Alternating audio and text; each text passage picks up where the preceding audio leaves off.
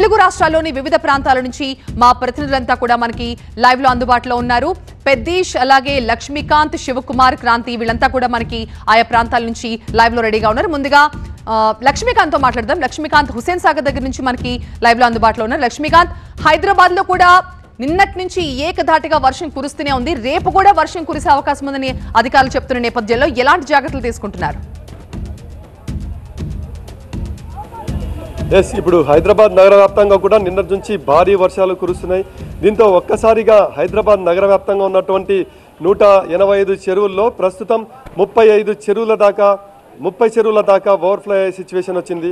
గతంలో ఎన్నడూ లేని విధంగా 3 సంవత్సరాలలో అత్యధికంగా రికార్డు బద్దలు కొట్టింది హుసేన్ సాగర్. ప్రస్తుతం నిండుకుండలా మారింది హుసేన్ సాగర్ నీటి కెపాసిటీ FTL లెవెల్ చూసుకుంటే 513.41 కెపాసిటీ మీటర్లు హైట్ ఉంది. అంటే ప్రస్తుతానికి ఈ లెవెల్ని క్రాస్ చేసి 513.70 మీటర్లకు క్రాస్ చేసింది.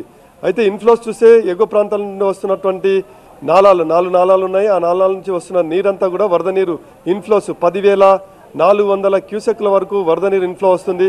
అయితే ఆ ఇన్ఫ్లో వస్తున్న నీటినంతా కూడా 10,400 క్యూసెక్ల వరద నీటినంతా కూడా దిగువ ప్రాంతానికి విడుదల చేస్తున్నారు. దీంతో ఒక్కసారిగా హుసేన్ సాగర్ దిగువ ప్రాంతంలో 13 కాలనీలు ఉన్నాయి. 13 కాలనీల్లో ఇక్కడ చూసుకుంటే దోమలు కూడా, అదేవిధంగా గాంధీనగర్, అలా 13 కాలనీల్లో పరిస్థితి మొత్తం కూడా ఒక్కసారిగా అప్రమత్తం చేశారు అధికార యంత్రాంగం. స్వయంగా రాష్ట్ర ముఖ్యమంత్రి రేవంత్ రెడ్డి, సిఎస్తో పాటు చీఫ్ సెక్రటరీ శాంతకుమార్తో పాటు వివిధ శాఖల అధికారులు, మున్సిపల్ శాఖ ప్రిన్సిపల్ సెక్రటరీ దానకిషోర్, అదేవిధంగా రాష్ట్ర డీజీపీ, వివిధ శాఖల అధికారులందరితో కలిపి ప్రత్యేకంగా సమావేశం నిర్వహించారు. టెలికాన్ఫరెన్స్లో ప్రతి క్షణం కూడా ఆరాధిస్తున్నారు. ఎటువంటి పరిస్థితుల్లో కూడా ఎక్కడ కూడా ఎలాంటి ఇన్సిడెంట్స్ జరగకుండా పూర్తి స్థాయిలో రక్షణ చర్యలు చేపట్టాలి. వాటర్ స్టాగ్నెంట్ సమస్యలు రాకుండా ప్రధానంగా చూసుకోవాలి. ట్రాఫిక్ సమస్యలు ప్రధానంగా రాకుండా చూసుకోవాలని చెప్తున్నారు.